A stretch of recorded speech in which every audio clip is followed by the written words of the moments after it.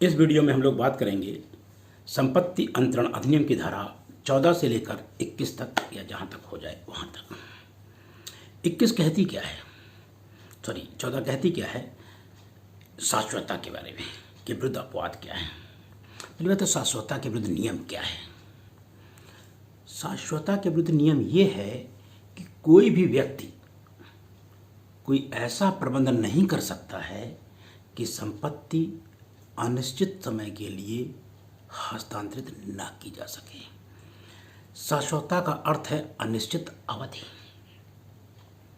अब जो लोग अनिश्चित अवधि के लिए करना चाहते हैं तो उनके पास एक तरीका ये है कि जो लोग मरने के बाद भी अपनी संपत्ति पर राज करना चाहते हैं तो लोग ट्रस्ट बना देते हैं, पारिवारिक ट्रस्ट। ट्रस्ट से ट्रस्ट जमीन चलती रहती है। लेकिन यहाँ पर क्या है, शाश्वतता के विरुद्ध नियम क्या कहा गया है कि कोई भी व्यक्ति संपत्ति का कोई ऐसा प्रबंध नहीं कर सकता है जो कि संपत्ति जिससे कि संपत्ति सदैव के लिए अंतरण ना की जा सके। एक उदाहरण देते हैं। ए ने बा को कहा तुमको आजीवन संपत्ति, बेटा भी उसका 20 साल का था, तुम्हारे न रहने के पास बेटे के बाद आजीवन हित, और बेटे के बाद जो उसका पुत्र आएगा उसको जब वह 18 साल का हो जाए तब। चलिए, ए तो पिता था, आजीवन हित हो गया। ए का बेटा बी बड़ा हुआ, उसको आजीवन हित मिल गया। उसका बेटा जब 18 वर्ष का हो जाएगा तो उसको मिल जाएगा। लेकिन इस लड़का यदि 18 वर्ष से कम रहा और मर गया तो अंतरण शून्य हो जाएगा, नहीं मिलेगा। मतलब ये कह सकते हैं कि समाश्रित हित है। घटना के घटित होने पर ए को आजीवन हित, एक के लड़के बी को आजीवन हित जिंदा था, जब उसका पुत्र पैदा होगा शादी होने के बाद, जब 18 साल का हो जाएगा तब हित मिलेगा। और 18 साल से पहले मर गया तो उसे कुछ भी नहीं मिलेगा। लेकिन शाश्वतता में एक प्रतिबंध और भी नहीं लगाया जा सकता। क्या भाई, बेटे को, पिता को आजीवन हित, बेटे को उसके बाद पूर्ण हित मिल जाएगा। क्या शर्त लगा दी, 19 साल बाद लेगा। तो 19 साल बाद यदि अंतरण करेगा तो वो शून्य हो जाएगा, क्योंकि 18 वर्ष के अंदर ही होना चाहिए। शाश्वतता के विरुद्ध के अंतर्गत, शाश्वतता के नियम के अंतर्गत 18 साल से अधिक की समय सीमा तय नहीं की जा सकती है। अब शाश्वतता के कारण क्या हैं, शाश्वतता के नियम के कारण क्या हैं। सामाजिक उन्नति बनाए रखना, औद्योगिकरण को बढ़ावा देना, पारिवारिक आपत्तियों को दूर करना।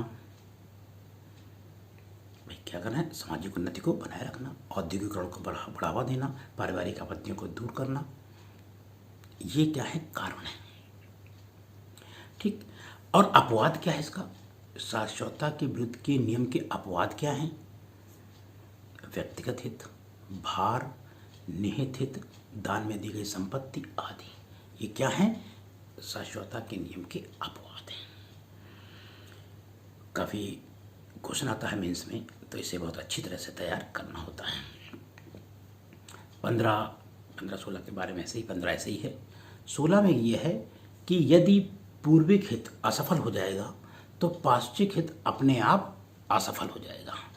गिरजेश दत्त बनाम दत्तादीन का एक केस है, थोड़ा सा बड़ा क्रिटिकल टाइप में है, तो हम ऐसे समझा देते हैं। एक आदमी ने अपनी भतीजी रामकली को दान दिया कि भाई रामकली को आजीवन हित, उसकी सब शादी हो जाएगी तो उसके बच्चों को आजीवन हित, और भाई शादी हो जाए बच्चे ना हो तो भतीजे को हित। रामकली की शादी तो हुई लेकिन बच्चे नहीं हुए, मर गई, तो कुछ भी मिलेगा नहीं। तो फिर उसके भाई को, रामकली की का भाई को मिल जाएगा क्या। जब रामकली का पूर्वी हित असफल हो गया तो रामकली के भाई के का भी पाश्चात्यवर्ती हित है, वो भी असफल हो जाएगा। फिर आते हैं हम लोग 17 में, संचयन का सिद्धांत। कोई भूमि संचित या कोई भी चीज़ का संचयन कब तक किया जा सकता है, अंतरक जो ट्रांसफर कर रहा है उसके जीवन काल तक, या 18 वर्ष तक, इनमें से जो अधिक हो। यदि मान लीजिए कोई किसी ने आपत्ति लगा दी कि 19 वर्ष बाद मिलेगी, तो 18 वर्ष बाद ऐसे हो जाएगा, मान लो कि वो अवधि पूरी हो गई, 18 वर्ष की ही अवधि लगाई थी। संचयन का सिद्धांत ये 17 में है। एक्युमुलेशन कब तक, अंतरणकर्ता के जीवन काल तक या अंतरक के 18 वर्ष के बाद, इनमें से जो अवधि अधिक हो, ज़्यादा जिंदा जीते हो तो वो नहीं 18 साल तक। लेकिन इसके 3 अपवाद हैं। क्या? ऋण की पूर्ति करना। ए ने अपना मकान बी को बेचा, लेकिन कहा से 50,000 रुपये इसको पूर्ति कर देना उसको यार, ऋण की पूर्ति करना। हिस्सों की व्यवस्था करना या अंतरित संपत्ति का पोषण। मतलब 3 अपवाद हो गए, ऋण के लिए, दूसरा हिस्सों की व्यवस्था करना, और तीसरा अंतरित संपत्ति या उसके पोषण के लिए। ये 3 अपवाद इसके अंतर्गत आ जाते हैं। यहीं पर एक थोड़ा सा कभी कभी क्वेश्चन आ जाता है, जैसे 11 है, संपत्ति का अंतरण कर दिया तो उपभोग पे आप कोई नियम नहीं लगा सकते हैं, लेकिन संचयन का अपवाद है वो 18 साल तक लगा सकता है। तो यहाँ 11 और 17 को भी थोड़ा देख लीजिएगा। फिर आते हैं हम लोग 18 में, जो 14 में, 16 में, जो 17 में वर्णित है। मतलब क्या है कि इसको ऐसे समझ लीजिए कि शाश्वतता के विरुद्ध अपवाद है।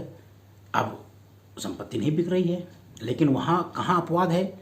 यदि सरकार को रेलवे लेना है, ज़मीन बनानी है या ट्रैक बनाना है, लोक लाभ के लिए है, वहाँ पर चाहे ट्रस्ट की ज़मीन हो चाहे जिसकी ज़मीन हो वो सरकार ले लेगी। ये 18 कहा गया है। मतलब जब सरकार कोई ऐसा काम कर जाती है लोक फायदे के लिए, तो वहाँ पर कोई भी अंतरण जैसे नियम हैं वो मान्य नहीं होंगे। आते हैं 19 में, निहित हित। बहुत इंपॉर्टेंट है। 19 में निहित हित है और 21 में समाश्रित हित है। निहित हित क्या कहती है? जिस दिन संपत्ति उसको दी गई उसी दिन वो बच्चा मालिक हो गया। मतलब क्या? उन्होंने कहा कि भाई इनको आजीवन हित और उसके बाद इनके बच्चे को संपत्ति है। जिस दिन बच्चा जन्म लेगा उसी दिन संपत्ति का मालिक हो जाएगा। अब या जिसको भी संपत्ति दी गई है कि आज से इनको संपत्ति दी जाती है, वो मालिक हो गया। चाहे वो बंटवारा करवाए या ना करवाए, वो संपत्ति बेच सकता है, बंटवारा करा सकता है, संपत्ति उसकी कुर्क की जा सकती है। ऐसे समझिए उस दिन से वो व्यक्ति संपत्ति का मालिक हो गया और ऐसी संपत्ति उत्तराधिकारी योग्य होती है। अब मान लीजिए किसी को कहा कि इनके बच्चे को मिलती है और एक को आजीवन, उसके बाद बच्चे को संपत्ति देंगे। जैसे बच्चा पैदा हुआ वो संपत्ति का मालिक हो गया, लेकिन उसका दूसरा भी बच्चा हुआ और पहला वाला गया मर। अब क्या होगा? तो दूसरा वाला क्या होगा? वो तो चूंकि उत्तराधिकारी है, कनिष्ठ ज्येष्ठ का उत्तराधिकारी होता है, तो उसको संपत्ति मिल जाएगी। मतलब ये कि निहित हित उत्तराधिकार योग्य होता है। इसमें कुछ कंडीशन दी गई हैं। निहित हित कौन होगा? नंबर 1 कंडीशन में क्या है कि जब संपत्ति अंतरण की अवधि निश्चित न की गई हो, या संपत्ति का तुरंत प्रभाव से दे दी गई हो, या संपत्ति किसी अनिश्चित घटना पर घटित होने पर हो तो ऐसी घटना निश्चित हो, और चौथा कोई पश्चातवर्ती कार्य पूर्वभाव शर्त के आधार पर या पश्चातवर्ती शर्त के आधार पर संपत्ति का अंतरण हो।